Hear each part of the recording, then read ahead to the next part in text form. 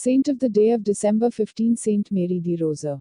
That the foundress of the Handmaids of Charity, Saint Mary the Rosa, 1813–1855, had a vocation to sanctity was obvious since her childhood. The sixth of 9 children, she was born in Brescia to noble and pious parents, who baptized her Paola Francesca Maria.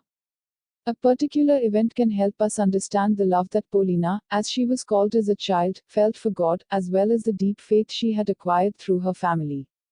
After her confession and confirmation in 1820, the child, as we read in her Posito, confessed to her mother that she envied her when she saw her receive the Eucharist.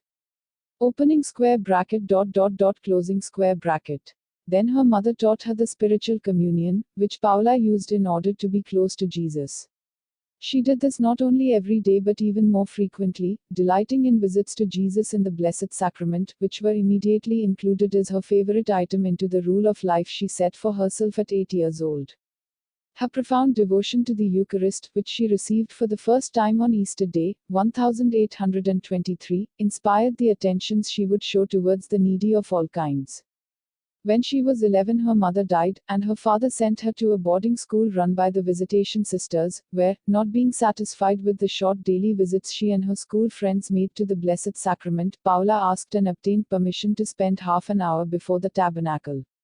According to the documents of her beatification cause, once asked by the schoolmaster what she said to the Lord on those occasions, she answered naively, "I ask for something to suffer."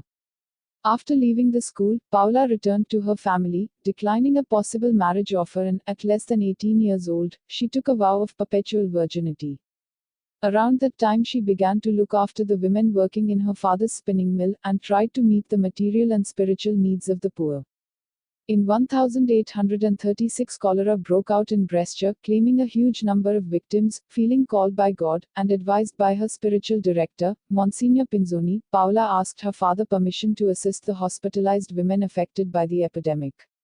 Her father consented, and on June 24 Paola, together with the aristocratic Gabriella Echenos Bonetti, 1798–1844, entered the Brescia hospital.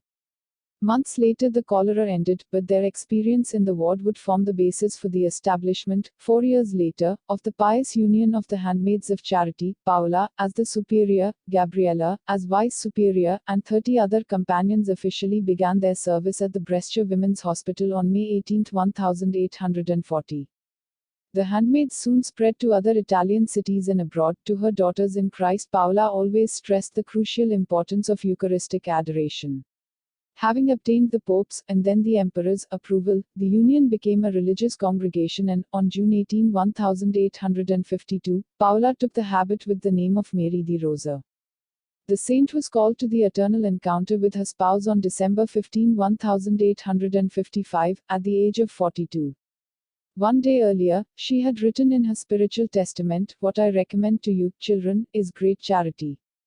Be charitable first to one another, then to the poor sick women. In your work, only aim for the glory of the Lord. You should work for Him and Him alone. While assisting the sick, consider not the creature but the Lord's own person. Give all the prescribed time to the exercises of piety. Be accurate in the observance of the holy rules, down to the last minute. Take care of even the smallest things, especially any lack of charity. God bless you." A century later, in 1944, Sister Mary the Rosa appeared to Pierina Gilli, the visionary of Montichiari, then a postulant with the Handmaids of Charity and in quarantine for meningitis, bringing her healing.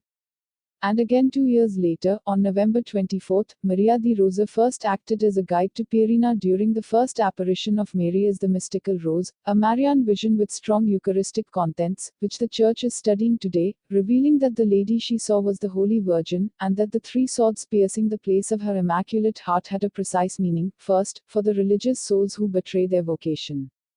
Second, to make reparation for the mortal sin of these souls. Third, to make reparation for the betrayal of priests who make themselves unworthy of their sacred ministry. Particularly, Pierina wrote, she recommended the sanctification of priests, by saying to me, "If these are saints, so many souls will be sanctified." Prayer, sacrifice and penance are required for cooperating with the divine plan.